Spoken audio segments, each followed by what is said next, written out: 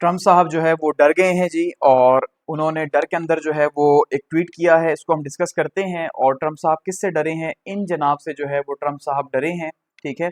और वो इसे कहते हैं ना, और डर गई और डर गई, वो जो एक वायरल बीमा आपने पाकिस्तान में देखी भी है। तो इस तरह के हालात हैं। और हालात क्या हैं जी कि Trump threatens Iran after Ayatollah Ali Khamenei's funeral saw call for his killings. ठीक है कि आपने देखा कि जो है वो आखिरी रसूमात हुई हैं सुप्रीम लीडर के ईरान की, तो वहां पे ये कहा गया कि भाई हम बदला लेंगे। ठीक है। तो ये जो बदला है, अब इसके ऊपर बहुत ज्यादा जो है वो ट्रम्प साहब डर गए हैं। आपने देखा जिसमें उन्होंने जो है वो जहाज भी टर्की के अंदर नेटो समिट के अंदर जो है जिसपे वो जा रहे थे, कतर का जहाज, उसको चेंज कर लिया था, क्योंकि अब नंबर 1 जो है वो हिट लिस्ट के अंदर ट्रम्प साहब हैं। उन्हें डर है कि कोई उन्हें जो है वो मार ना दे, और ये जो है इनका इन्हें खौफ है। ठीक है। ये जो आपको जनाब दिखाई दे रहे हैं ब्रिगेडियर जनरल जो है अहमद वहीदी साहब, ये बेसिकली IRGC यानी ईरान की फौज के नए सरबराह हैं। और इन्होंने पहली अपनी फर्स्ट अपीयरेंस भी जो है वो इनके सुप्रीम लीडर के जो है वो जनाजे के ऊपर, फ्यूनरल के ऊपर दी है।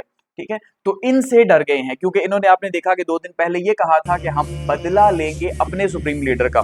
बदले का मतलब ये है कि हम ट्रंप को टारगेट करेंगे और हम ट्रंप को असैसिनेट करेंगे। इस काम के लिए आपको पता है एजेंसीज यूज होती हैं कि कोई बंदा दुनिया के किसी भी कोने में हो, स्लीपर सेल्स को एक्टिव करके आप कहीं पे भी टारगेट कर सकते हैं।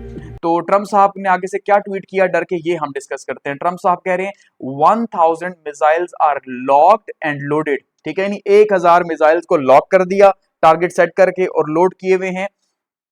And amid at the Islamic republic of Iran with thousands of more to immediately follow. यानी ये 1000 तो जाएंगे, इसके पीछे और हजारों जो है वो तैयार हैं जो आपके ऊपर जाके गिरेंगे। अब किस बात पे? Should the Iranian government act on it's threat. अगर ईरान की गवर्नमेंट जो कह रही है हम बदला लेंगे, अगर उसने ये काम किया तो जो है 1000 के करीब लोड हैं, टारगेट सेट हैं, और हजारों और उनके ऊपर आके गिरेंगे अगर उन्होंने मुझे मारने की कोशिश की। Pronounced in many concerns of the globe to assassinate or attempt to assassinate the sitting president of the United States of America in case me.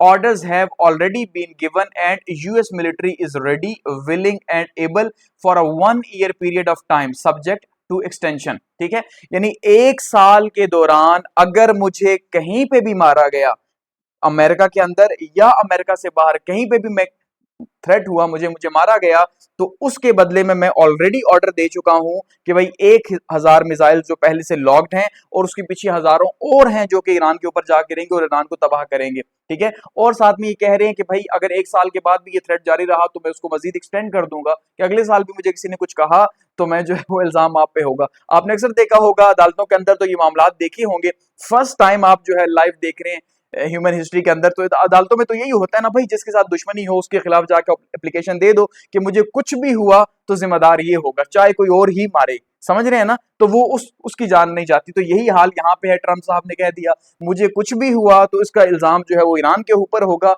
और उसका बदला जो है वो लिया जाएगा।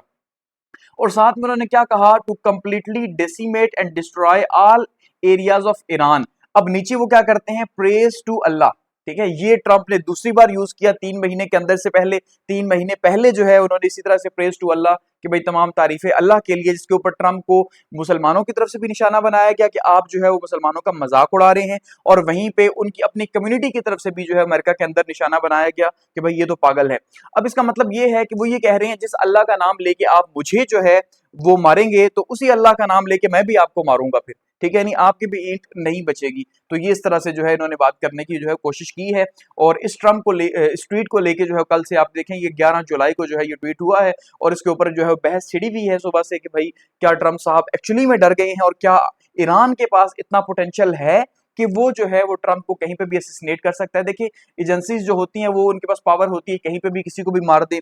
लेकिन अब दूसरी इंटरेस्टिंग बात ये है कि इसके साथ जो हम लिंक कर रहे हैं, लिंक ये कर रहे हैं कि CNN क्या कह रहा है? Israel shared intelligence on Iranian hardliners. ठीक है।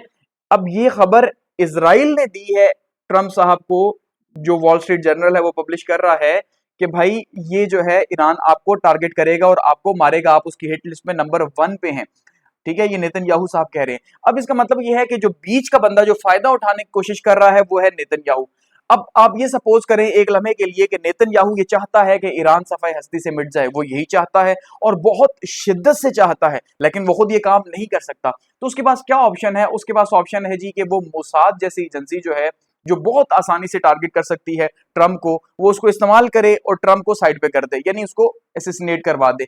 अब इल्जाम किस पे जाएगा? इल्जाम जाएगा ईरान के ऊपर। ऑलरेडी 1000 वो कह रहे हैं टारगेट सेट किए हुए हैं, सो उसके बदले में ईरान जो है वो तबाह हो जाएगा। सो समझ रहे हैं?